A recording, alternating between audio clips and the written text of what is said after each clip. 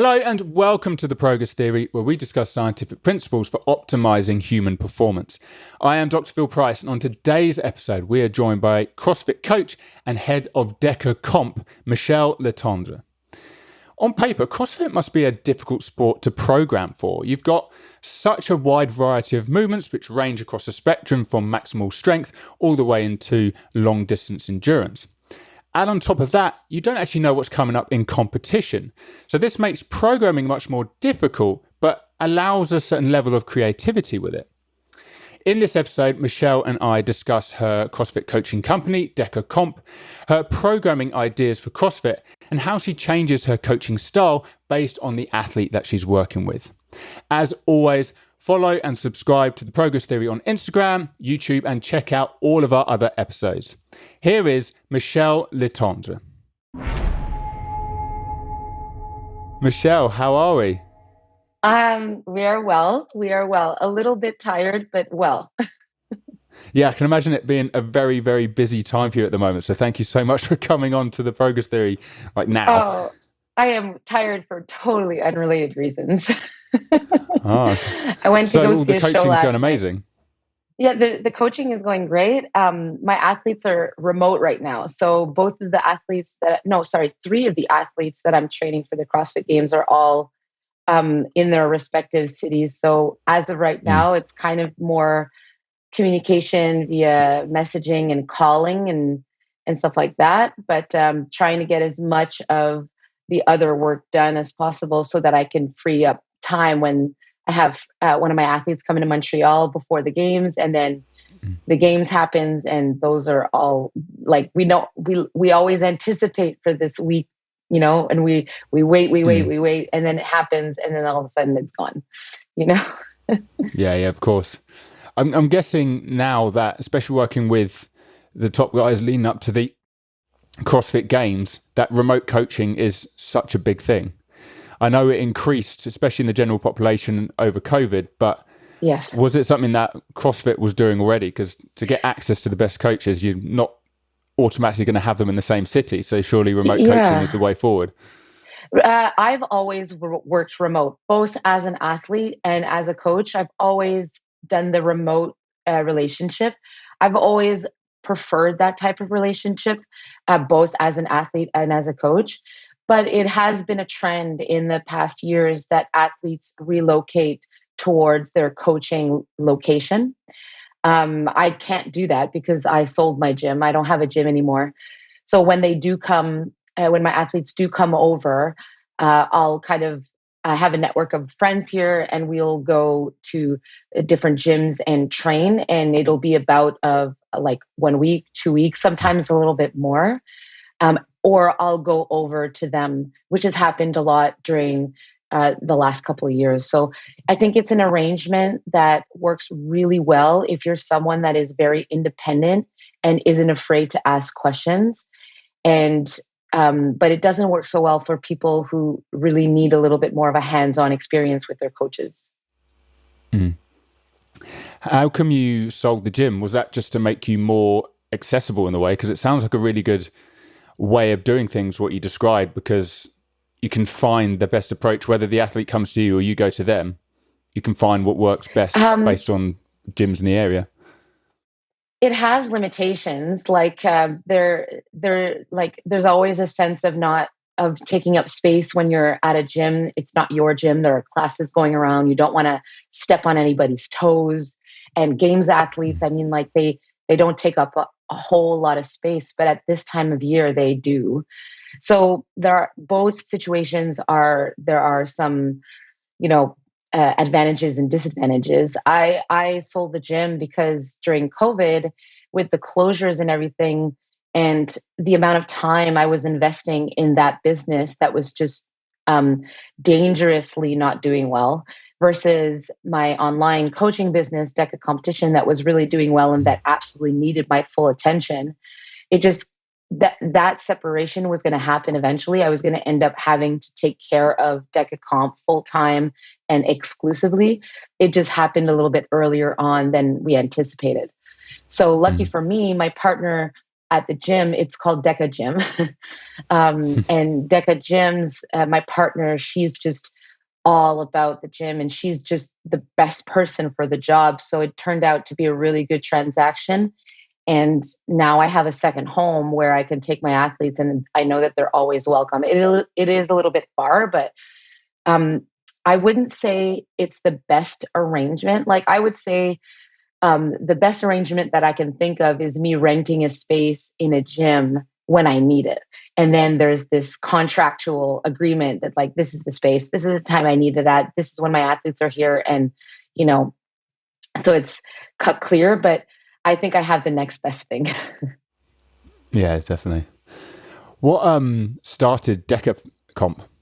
Like what was because you were a CrossFit athlete yourself, weren't you? And then you've gone into coaching. Yes.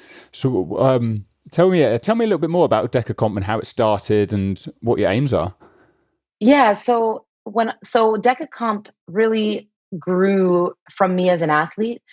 I competed at the CrossFit Games for 6 years, and I had been exposed to some fabulous coaching, and I had been exposed to some not so great coaching for different reasons. And I've always absolutely loved coaching. When I started CrossFit, excluding my competitive career, when I started CrossFit, very shortly after I started coaching at the gym that I was working at originally as a secretary. I found CrossFit because I applied to be a secretary at their gym.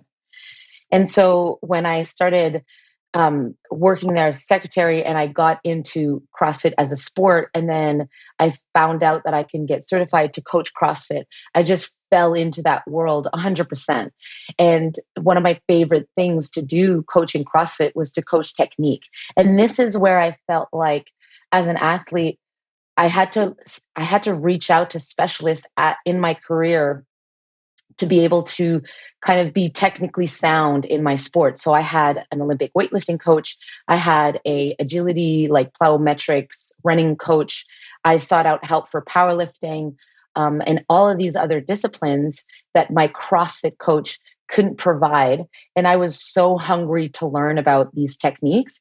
And that's one of the reasons why I just absolutely fell in love with CrossFit, because you know, I am not someone that can do one thing. I need to do many, many things. And I want to learn as much as I can in those many, many things. So when I got exposed to this specialty coaching, I realized that, you know, if I can become a coach in CrossFit that can provide that technical knowledge of all of the different disciplines that we do and provide it in a very practical way, because I've gone through it, I know how it's used. I know the effects of how these different techniques affect one another and our specific sport. So I just dove right in. And when I retired from CrossFit in 2016, I knew right away that I was going to start kind of developing and thinking about what I would be doing in my future. And coaching and programming for CrossFit competition was one of those things. To be honest, I had no idea what it was going to look like. And today, it is my full-time job. I coach, 50% of the year, I'm really all about coaching, and the rest is all about developing DekaComp and what we provide. And we provide programming for individual athletes that are looking to compete at all stages of the CrossFit, competition environment. But we also provide programming and class services for gyms out in the world that don't want to program for themselves, and they want to have a cycled programming along with coaching cues and coaching feedback for their community and their coaches. So we're not the biggest, we're quite small, but it's just everything that I've ever hoped for a career in one job, right? I coach coaches, I provide programming for classes, and we go over techniques of how to do things, how to coach things that are on a day-to-day basis. And then on the other side, I get to coach people like Patrick Vellner at the top level of our sport and learn from him, and then provide that knowledge to all of our clients. That's such a wicked story.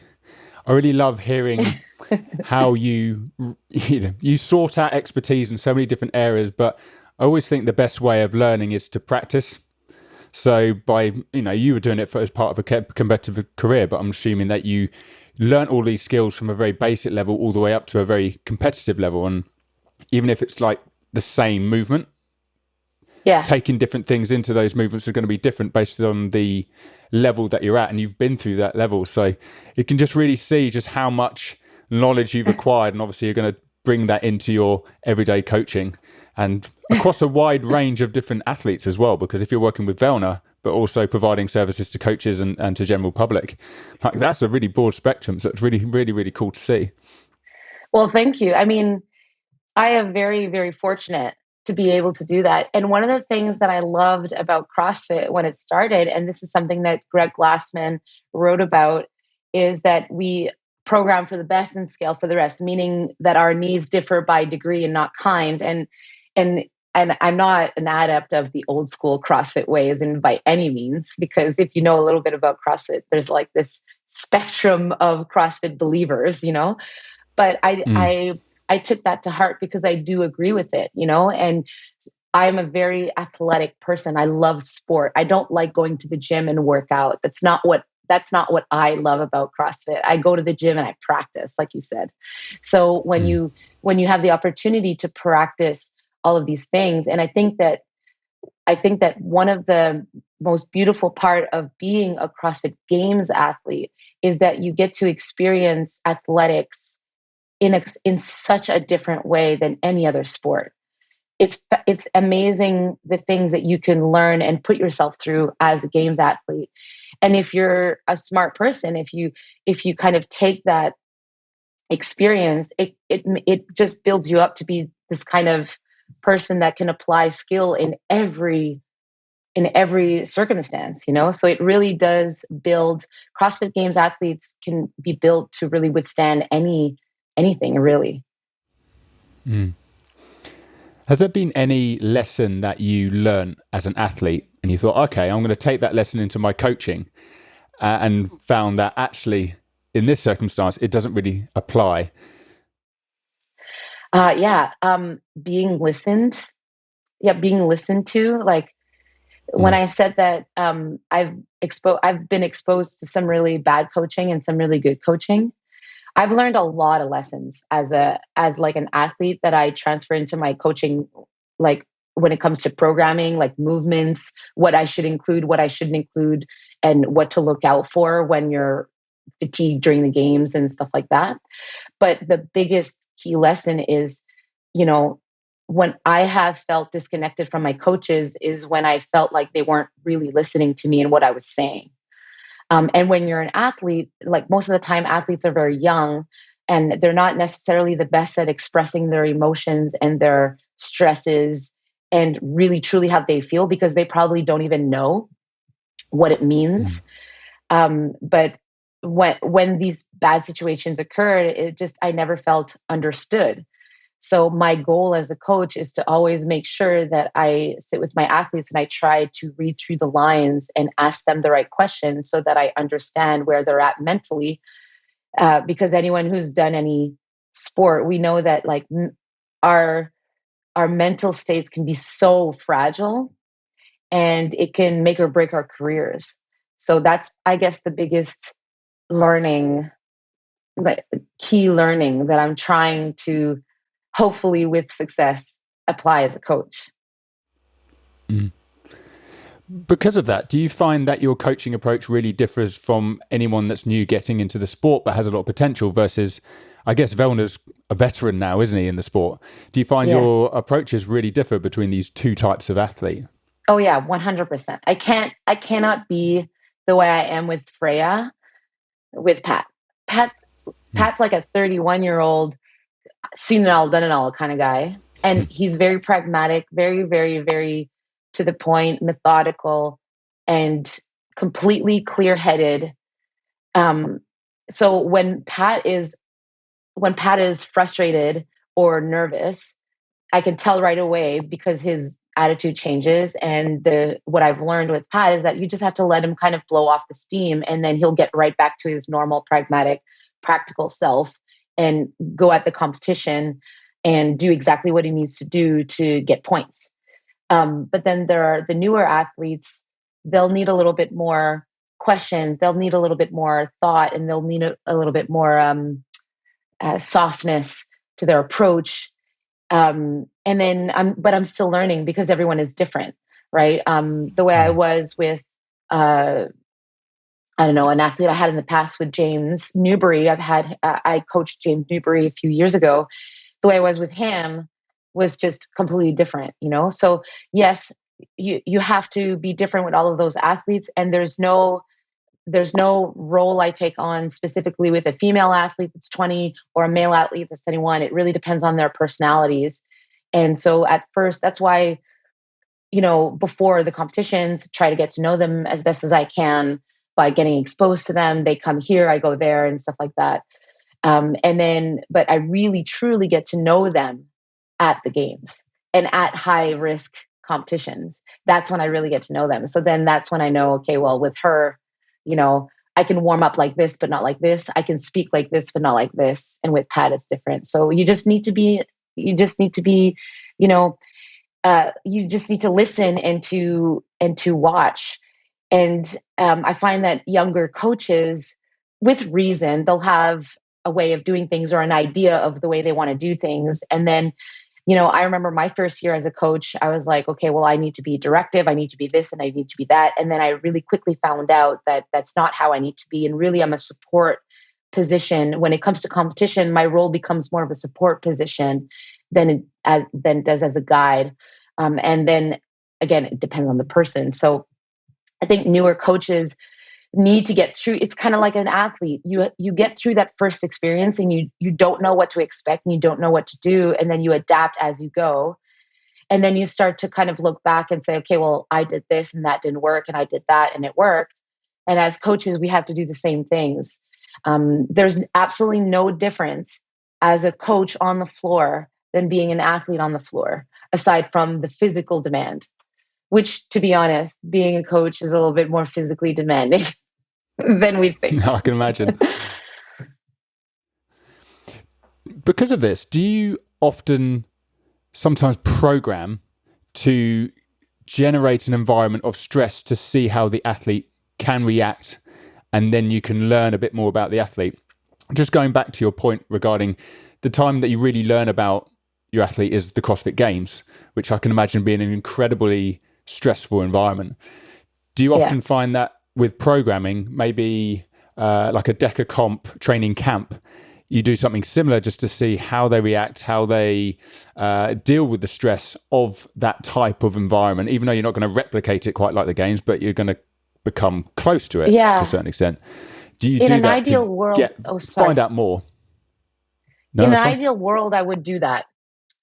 This year, I wasn't able to do a training camp because it just didn't line up with the athlete's schedule and their time. You know, Pat has a kid, a job, a family, you know, and then Freya had some engagements with her family that kind of stopped her from coming here earlier. But in normal times, before the games, we do have training camps and we do have very intense bouts of training that I can see how they react emotionally to that kind of volume. It's just never the same. And I know that because I've been there. It does break you in a sense where when you do those bouts of training and you execute training and then you miss or you fail or you don't feel like you should, you know, you have this idea. Every single athlete has this idea of what it means to train for the games, right? This hyper romanticized version of being games athlete. It's like a Rocky montage video. And all you see is really, you can push hard and you can do this well and you can execute perfectly. And it's hard, but there's challenges, but you can get through it. And it actually doesn't feel like that. It literally feels like you're being pounded to the ground every day and you doubt yourself a whole lot. And so we can see as coaches when that happens, what type of person they are, like if they're slightly more on the victim mindset style, or if they're just a little bit more open and honest and they say, listen, man, like I'm tired, like, is this normal kind of thing? And they'll talk about it, but it's not the same kind of personality exposure as comes with a games experience, a competition experience where really athletes feel like everything is on the line. Luckily in our sport though, we have some stages in competition that allow for me to see how they react to competition throughout the year. And so there's the semifinal where I got to see that. With Pat, it's a little bit less of a stressor because he's a little bit more confident in his ability to qualify for the CrossFit Games.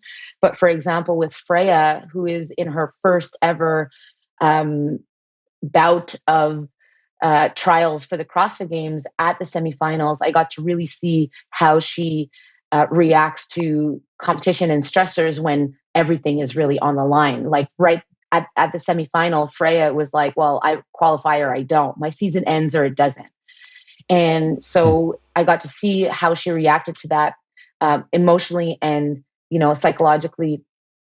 And before that, we also have the online competitions where we have the open and then we have the quarterfinals.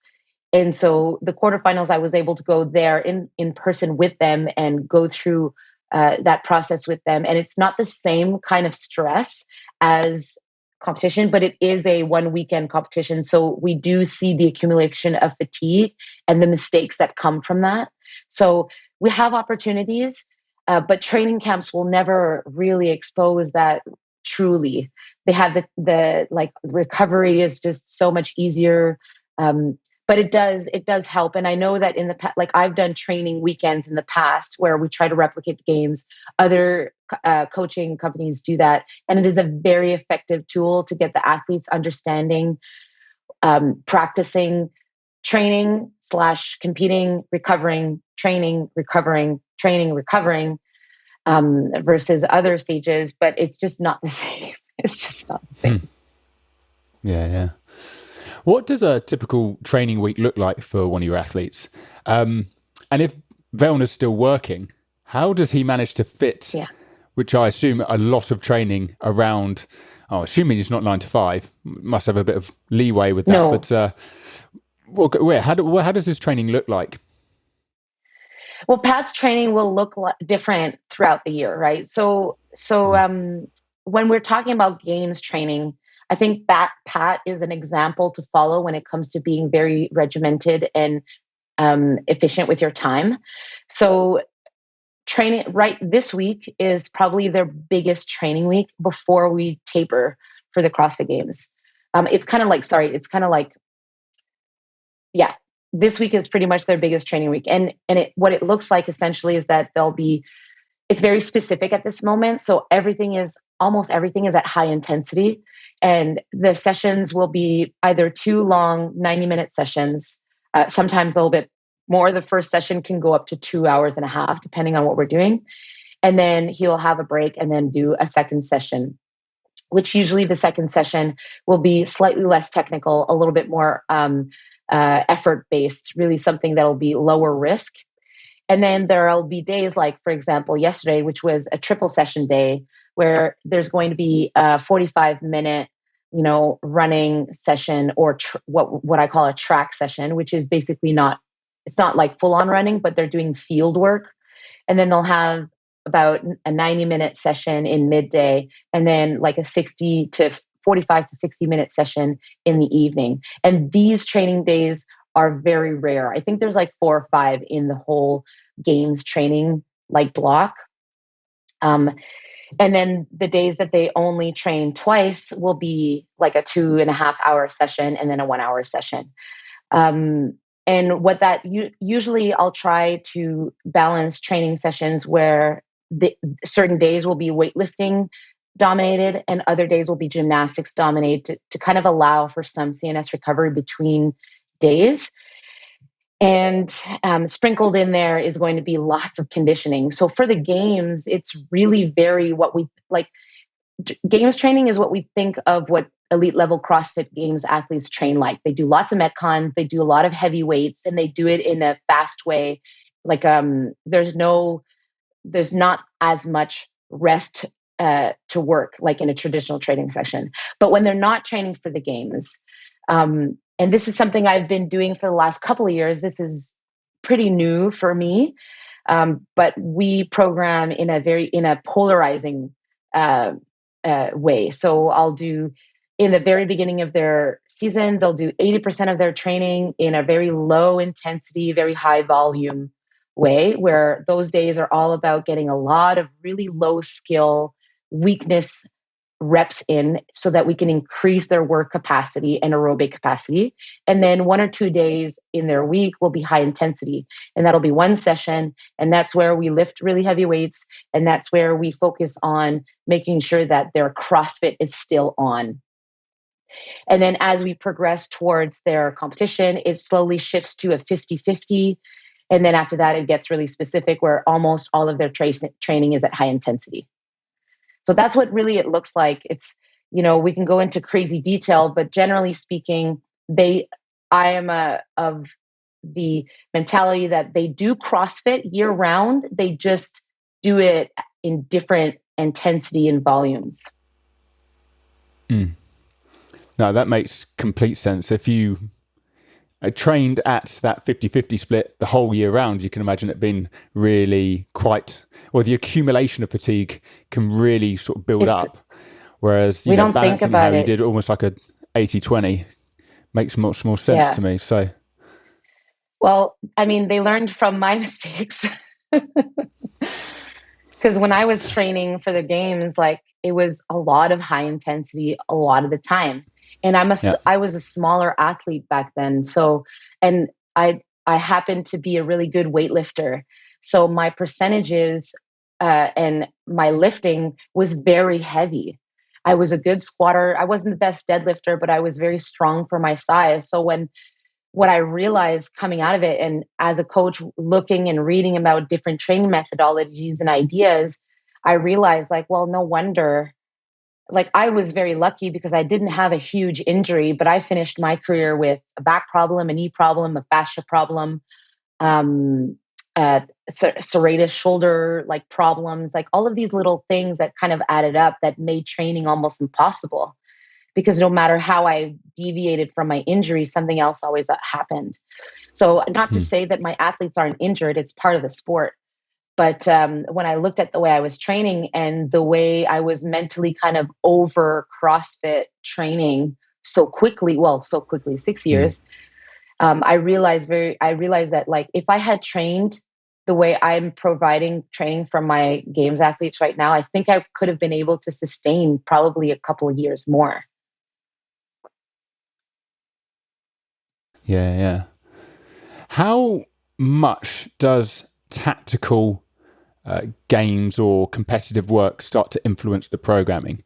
And the reason I wanted to ask that question has come from, I guess, when you watch some of the pros train on YouTube or on Instagram, a lot of the decision making of the programming at that particular time when the cameras are there does seem to be about what they can achieve in a particular metcon. So for example, I've noticed now in competitions, people seem to be very good now. They could do 21 thrusters and then just go straight into a handstand walk. There's no, okay, bar down, get my breath back, compose myself, and then go into my handstand walk. It's almost like essential that you go from one straight to the other. And that has very much a physiological component, but also has a very tactical component with it as well. So I wondered, how much does those decision making on the games floor, how much does that then influence sort of programming? Well, so those kind of skills are trained. To me, they're trained year round, right? If we're talking, there are specific movement combinations that we find in competition that are very common and that will train in different ways, right? CrossFit loves programming overloading, right? So they'll do presses into handstand walk. They do that so often. Or they'll do, back in when I was competing, they loved doing posterior chain work with dynamic plyometric work. So deadlift and box jumps was a combination we saw all the time. And then there's other combinations that are a little bit less obvious, but they do all the time: push-pull, thrusters and pull-ups, and most of the time, those combinations are really, when you've never done them before, ask anyone who's never done a CrossFit workout before. And that's what really, that's what gets people. It's like, holy crap, how do you expect me to do that? But when you train CrossFit on a regular basis, it just becomes second nature.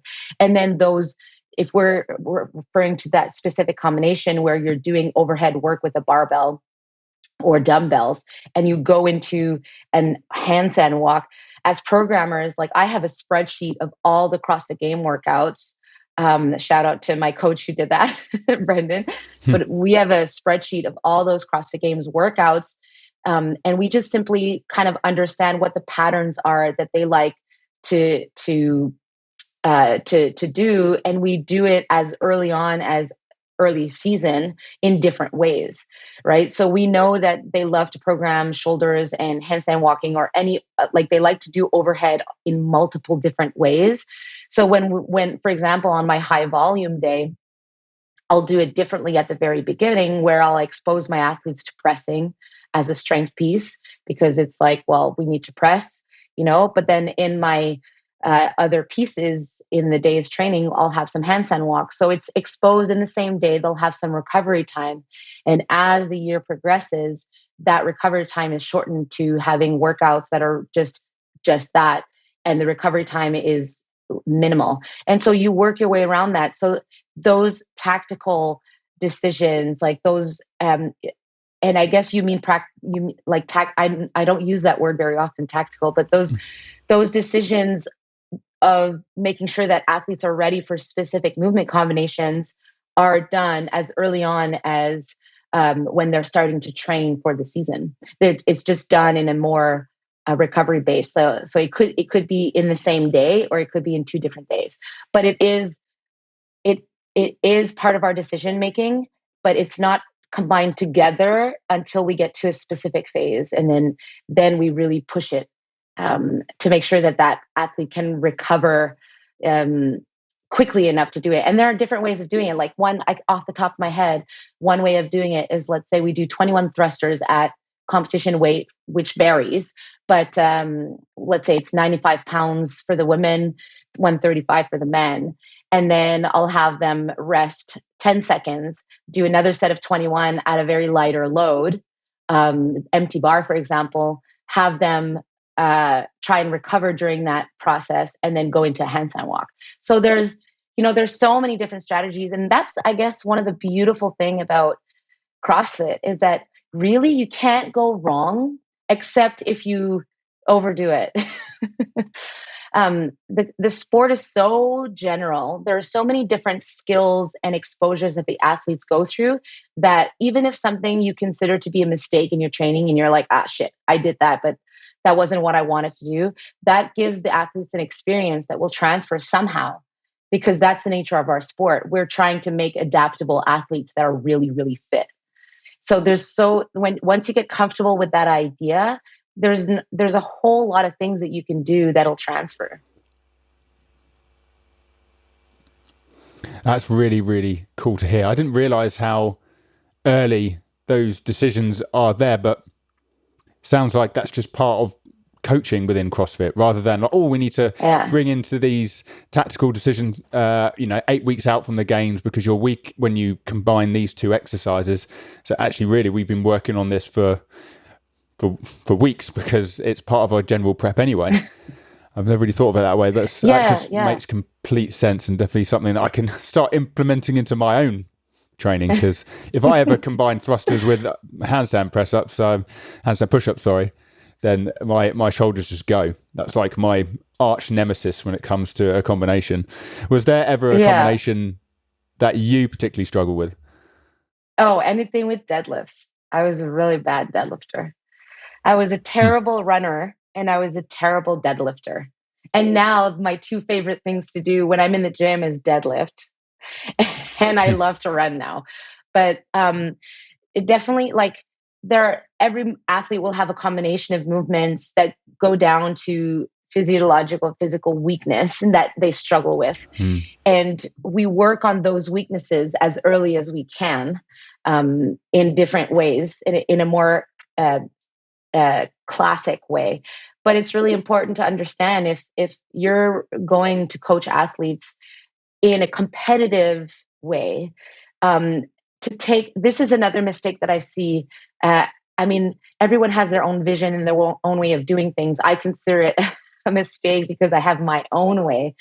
But I've seen coaches separate the components of CrossFit and put them together, and we come up with an athlete that is incapable of recovering in a competition and incapable of doing CrossFit workouts really well. And what we've seen and what CrossFit has shown us is that the athletes that do CrossFit are the ones that are the best at CrossFit. So if you think that you can work the components of what make CrossFit special in a separate way, and then put them together like a puzzle, I think you'll be disappointed with the results, because that's in the general preparation, we have the opportunity to work CrossFit style mixed modality at low intensity, which will provide exposure to that formatting, but allow recovery when you're doing it at a lower intensity. So that's where I think we think of aerobic capacity, we think of muscular endurance, we think of strength, we think of power, and we all work on these things, but we neglect CrossFit as a very important part of our sport. And it is GPP, and that's what separates CrossFit from other sports. Specificity in our sport comes into play as just making sure that you're exposed to intense, and you look at movement combinations and you try to replicate those movement combinations of competition. But the GPP still lies in the fact that we have to do CrossFit. It doesn't mean that we don't work on the other things. Like when I coach Patrick and Freya and all of my athletes, they still do power sessions. They do power conditioning. They work on their strength. They work on their stability. They work on their aerobic capacity, all separate. But they always have CrossFit in their training all year round. And it adds to the important element of making sure that we keep our athletes stimulated, because they do CrossFit because CrossFit is fun.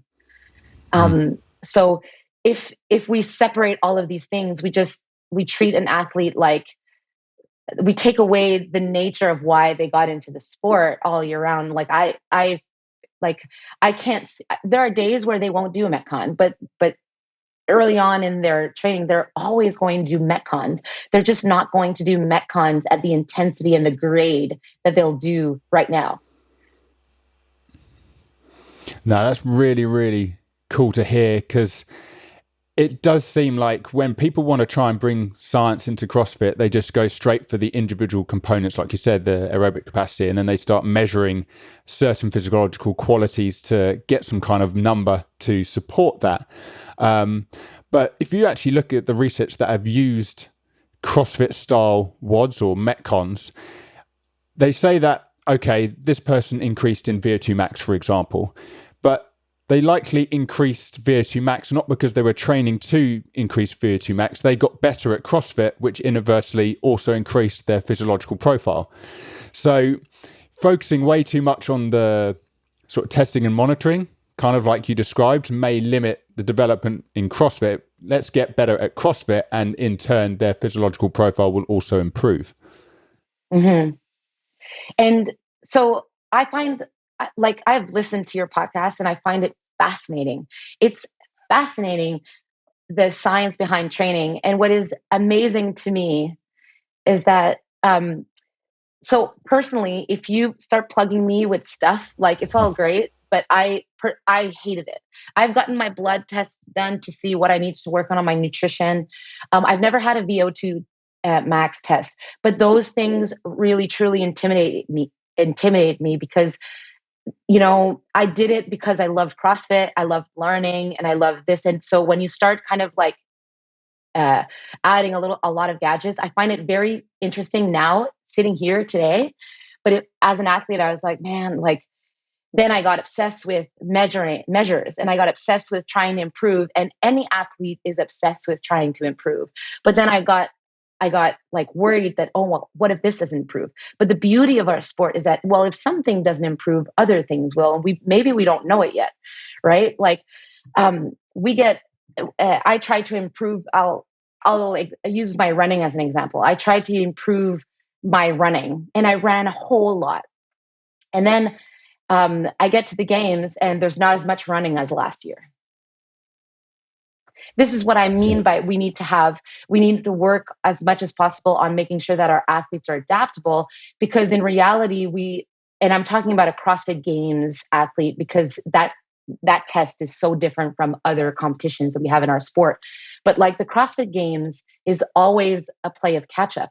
The games test things, and then they always expose us to something that we've never done before. And then all of the athletes next year become better at that.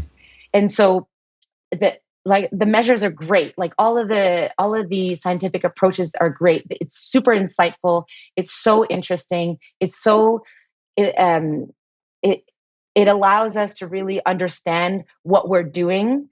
But we're always going to play catch up to CrossFit, because they always come up with these things that we have to adapt to on the fly that has nothing to do with our physical capacity. It has to do with our mental and psychological capacity to overcome the obstacles that are in front of us. And if you're lucky, then you have like a background in obstacle racing and you're faced with an obstacle course, then good, great. Other athletes won't be so lucky, right? And the example is swimming. In 2011, they exposed athletes to swimming for the first time. I was a water polo player and a swimmer. That was my background. Lucky for me, the one test that was like, well, now all the athletes are going to swim. I was able to go, like I swam. It was 200 meters. It was nothing. It was peanuts.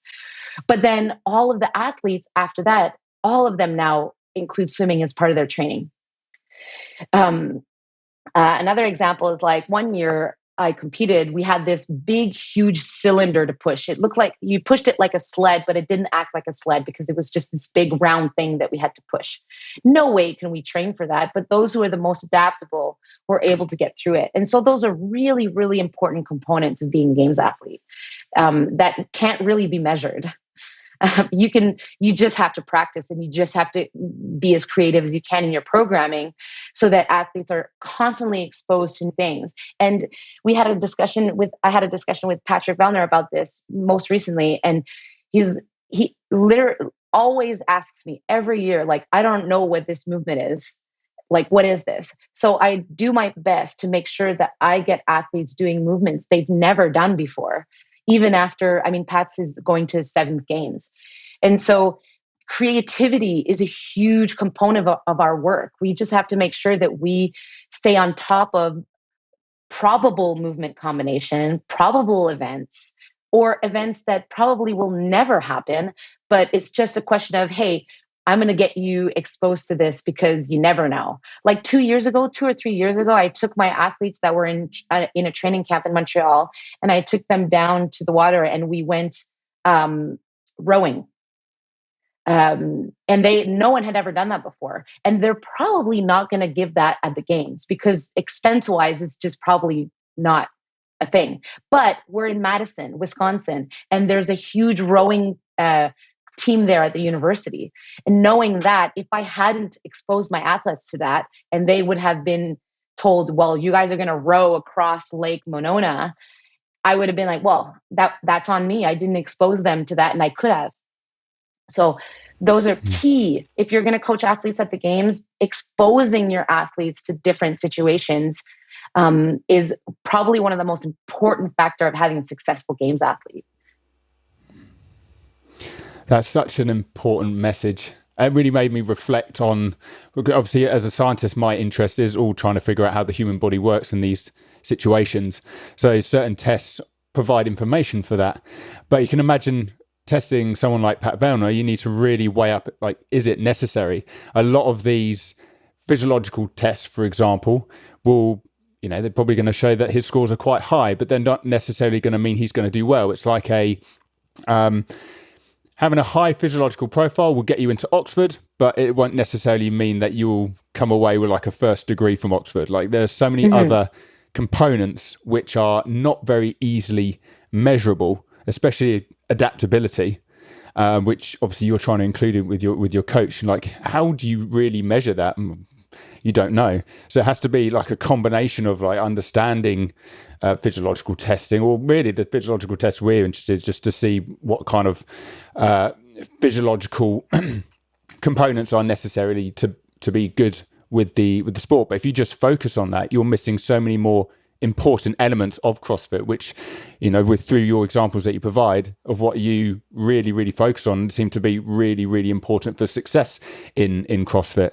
I always liken it to, so say if you're working with a cyclist, it's a bit more easy to utilize those tests and predict performance in cycling, because it's very like you're on your bike and you just run, and the physical capacity of that athlete is probably going to determine how well they do. But then when you move into like soccer, CrossFit, where it's completely unpredictable, you have to be adaptable, those physiological tests then don't determine success in those sport as well. Like me working with Lionel Messi or Cristiano Ronaldo, if I improve his strength, is that going to make him a better footballer? Probably not, because there's so many other things and to take consideration of, and you've just demonstrated that with what you try to achieve with your coaching in CrossFit.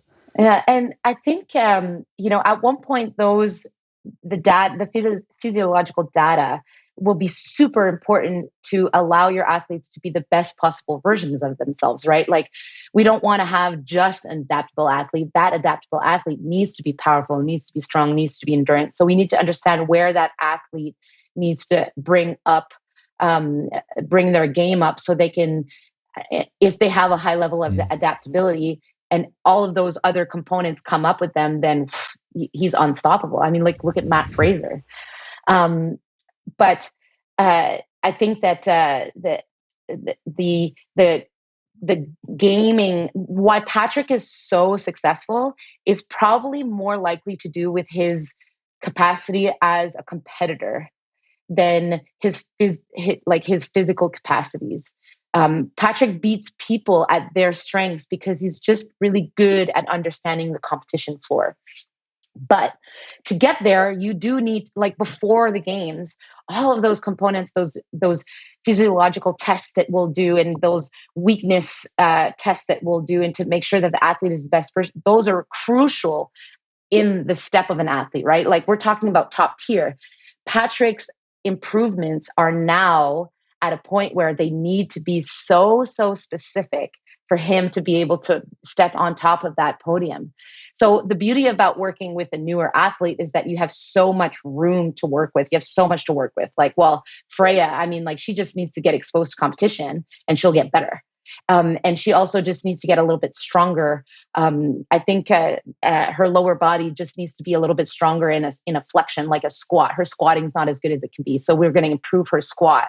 And then we'll focus on, the finer details. So all of those elements, they all add to each other. But where Pat is right now, we're talking about really like 1% increases. And that means that we should probably do all of those tests and measure all of those things. With newer athletes, we have a little bit more leeway. We can be a little bit more artistic and stuff like that.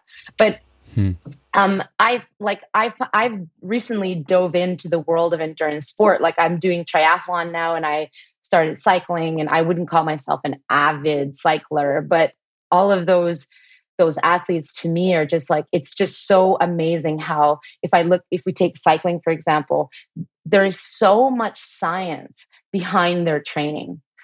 And it just amazes me, because it's like, when you're an athlete there's so much data that you need to play with and need to understand. Like, triathlon is another example where they're looking at their wattages and they're calculating their nutrition. And there are so many components outside of their just pure physical capacity that they need to be aware of.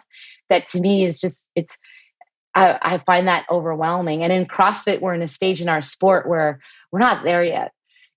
People, like, they have their Whoop data, but we still have a lot of athletes that don't wear them. And we still have a lot of athletes that don't wear a heart rate monitor. We still have a lot of athletes that don't have all of that data while they're performing. So I can see the sport in the future going in that direction, because really all of the sport are like that. It's not so much a game sport where you're playing soccer and the game takes a bigger toll on the impact of the results. But I can see CrossFit going in that direction. We're in the infancy of our sport. It's very reliant on your capacity. And so eventually people will need to understand where their heart rate at, and where, like, I don't know what other measures can come forward with that. But It's just a fascinating, CrossFit must be so fascinating for scientists. Yeah, There's so much definitely. involved. Yeah, and we were talking about this before the podcast, weren't we? Just how I certainly feel the science is behind CrossFit. You're seeing all these amazing things happening in CrossFit, and the research literature can't necessarily support it at the moment. So yeah, I think you're right. We're going to see some changes where, we're going to have all of this heart rate data. We might have data around muscle oxygenation of the key movers and certain things. I think all this is going to really help certain decision making, but we're certainly not there yet. But there's a lot of room for. That's what makes it so exciting, because we don't really know which way it could go, and it's always good to be involved with a sport that's technically in its infancy. It's hard to see CrossFit in its infancy because it's just been such a global superpower in terms of growth. When was the first CrossFit Games? 2007, and technically it's a really young sport, but it's grown so much. It is a very, it has grown a lot. It's had its up and down. Like it's going through some growing pains. There are a lot of things around the sport of CrossFit that need to change. Like regulations, consistencies that we're going through, and we see other sports being so regulated and so regimented and so consistent in its output and what they provide to the athletes. And we're still kind of going through some problems with that. If CrossFit Games ends up ironing out those kinks and everything, and just kind of getting through these slightly difficult times of constant change, then I think we're going to see a sport where eventually the athletes will have no choice but to rely on certain data when they compete and stuff like that. Personally, I'm happy I was in the beginning. Like, there's something so beautiful about being a professional athlete without worrying about all that external information. But there are things that, I really take for granted what CrossFit Games athletes can do, because having been one, when people look at the CrossFit Games athlete and they're like, well, how do they do that? And I'm just like, well, they get exposed to it and they just do it. Like, they just do it. You just do it. You might not do it super well, but you just do it. And because you just do it, because you're being told that's what you got to do, and so you have adapt to it, then like it just becomes second nature. Like doing thrusters straight into a handstand walk, you just do it. And then you realize that once you become better at handstand walking, handstand walking isn't that demanding. Really what you got to do is just become efficient in the movement and learn to breathe. So after your thrusters, when you're out of breath, you just kick up onto a handstand and you just, catch your breath on the handstand walk. Just a walk. Yeah, it is just a walk. And then we have movements that look really intimidating, but once you get the mobility right and you get exposed to it, it's just not that intimidating. Handstand walk being one of them. So you just do it. And because you're exposed to it, it's just second nature. Like doing friend under 2 minutes is not that big a deal. Like for a games athlete, it's just not that big a deal. For most population, it will never get there. And then, it's funny because I had this conversation with my business partner. And he's like, I think this person can make the games. And I'm like, no chance. And he's like, why not? And I'm like, there's just something missing. I equate it to risk. At CrossFit Games, athletes will take risks, and they are literally not afraid of hitting a wall. Like doing a workout in a class, like when an athlete comes to the gym and they look very athletic, and you're like, well, this person potentially has a chance to do well in this sport, and they do the workout, and you can tell them shying away from the pain or the workout because it hurts or whatever. That right away is like a tell, like, well, like, I don't know. But then you'll have people that'll be really reckless, and you see them just kind of like biting into this intensity piece. And then and if that person represents physically someone that has the potential to be a CrossFit Games athlete because they have like physical capacities that are just above the norm, and they have that kind of attitude, it's like, well, you know what, that person potentially has the what it takes to kind of get into that, how do you say, that journey of being CrossFit Games athlete. There's something about the grittiness of an athlete that says a lot more about their potential than their physical capacity. And it's all about, I've always said the CrossFit Games are risk takers, and they're adaptable, and they're just unafraid, and to certain degrees, because I was a CrossFit Games athlete and I was super scared of certain things. Like, one of the most scary events that I've ever been exposed to, two events. One of them was an empty sled push.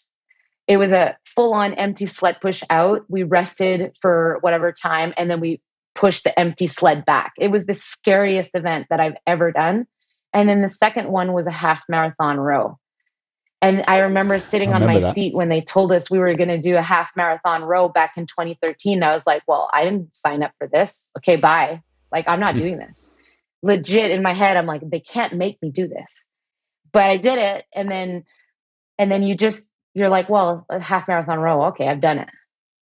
So it's just they have CrossFit Games athlete have one hell of an opportunity, because you get thrown into things that you just never thought possible. I like how you just brought it back to its bare bones. Like, you could think about the science all you want, but as the ones that are going to do well are the ones that are going to go in head first and survive. They adapt and survive. I agree with you 100%. You can just tell with that frame of mind that they will, you tell them to do something and they will just go 100% at it. They're almost my favorite athletes to work with, because I'd rather tell an athlete to calm down at certain points rather than have an athlete that might think too much and never really push themselves into that red line when they need to. Yeah. And not to say that they have to do that all the time, but they have to be able to get in that zone at some point. 100%. So you just nailed it on the head. Like, holding an athlete back is probably the most important factor as a coach, that you can tell if someone is, okay, I can work with this person. And it's not to say that they won't eventually kind of hesitate and pull back a little bit. But if you're like, I remember when I started CrossFit, I was in the gym all day, all the time. And I just wanted to do everything right away, to the point where my biggest lesson learned in that process was I got a tendonitis in my Achilles tendon, in my elbow, in my this, and my that. And then I was like, okay, I need to pull back. And then you start to dose your effort with your smarts, right? Like, you have to do this intelligently if you want to go forward. And this is all a learning process that athletes need to go through. Obviously, you don't want your athletes to freaking injure themselves, but at one point they will, and that will be a learning curve for them to understand, okay, well, this is, if I want to do this long term, I need to manage, all of these things. I need to seek out help. I need to understand what I'm doing, blah, blah, blah, blah, blah. But Phil, you nailed it on the head. I would rather work with someone that I have to tell them to take rest days and relax than to say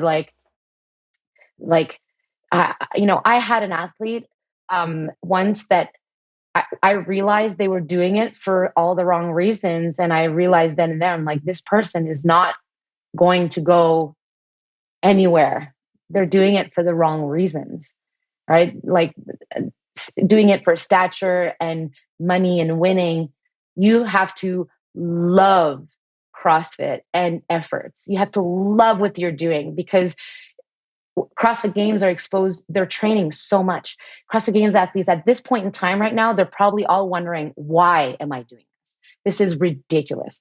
But if you love what you do, that's what gives you the discipline to just make sure that you stay on track. And you're, like, people talk about sacrifices. It's not sacrifice. It is full on love for what you're doing. It only becomes sacrifice when at one point you're like, well, this is my career now. And as much as I would like to, stop, I can make really good money from doing this. I still love it, but it's more of a job now than anything. And then people will get there and they will stay there, and that's totally fine. But before you get the opportunity to kind of make those decisions, nothing is a sacrifice. Everything is a necessity.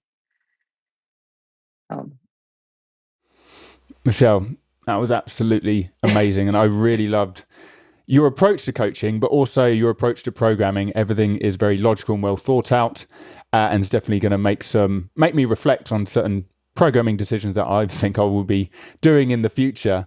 For DekaComp, where can people find more about it? Yeah, we have a website, www.dekacomp.com. On Instagram, it's just at DekaComp, DekaComp. And all the information is there. We're very active on social. I love answering questions. If people have a question, I think my email is on my website. If not, then they can get to my social network at Mich _Letendre, Letendre. Mm-hmm. That's my Instagram account, and people can shoot questions there. I love answering. That's amazing.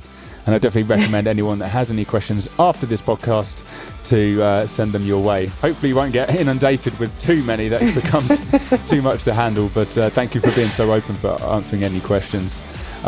Michele, thank you so much. It's been brilliant. Well, thank you for having me, Phil. I really enjoyed our conversation.